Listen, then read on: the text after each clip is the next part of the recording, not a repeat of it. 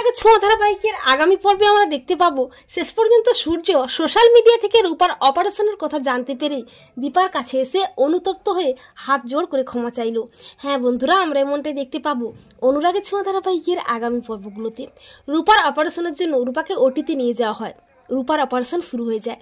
দীপা কান্নায় ভেঙে পড়ে। দীপার বারবার মনে হতে থাকে সূর্যের কথা। দীপা মনে মনে ভাবতে থাকে, ডাক্তারবাবু আপনি যদি জানতেন রূপার এত বড় একটা অপারেশন হচ্ছে তাহলে আপনি ঠিক ছুটে আসতেন। হসপিটালে প্রেস মিডিয়া হাজির হয়। রূপার ক্রিটিক্যাল সার্জারিটা সোশ্যাল মিডিয়াতেও দেখানো হয়। দেশ বিদেশের লোক দেখতে পায় রূপার এই সার্জারিটা।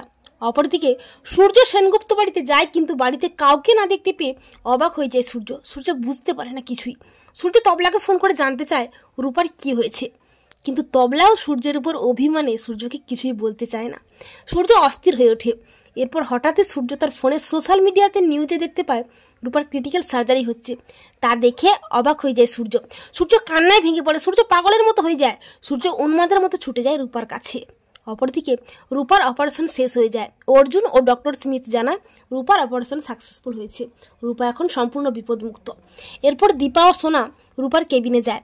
রূপা বলে, মা আমি বাঁচবো তো? দীপা বলে, হ্যাঁ মা, তুই ঠিক হয়ে যাবি, তোর বিপদ কেটে গেছে।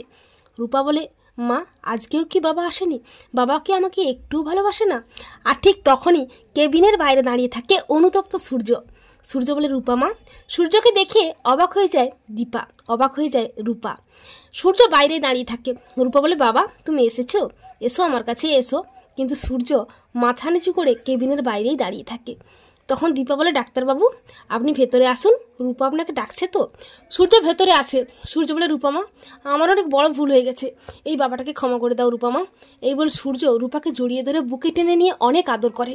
আর কিছুক্ষণ পরে সূর্য রূপার এই অবস্থা দেখে জ্ঞান হারিয়ে ফেলে। তখন দীপা সূর্যকে জড়িয়ে ধরে। সূর্য ঘোরের মধ্যে বলে, দীপা তুমি আমাকে ক্ষমা করে দাও, আমি অনেক বড় অন্যায় করে ফেলেছি। তুমি আমাকে অনেকবার জানাতে চেয়েছো রূপার এই ব্যাপারে, কিন্তু আমি এমন এক অভাগা, এমন এক অপারক যে আমি তোমার কোনো কথাই শুনতে চাইনি। দীপা বলে, ডাক্তারবাবু রূপার অপারেশনের সময় আপনার কথা খুব মনে পড়ছিল, ভেবেছিলাম আপনি কি একবারও আসবেন না।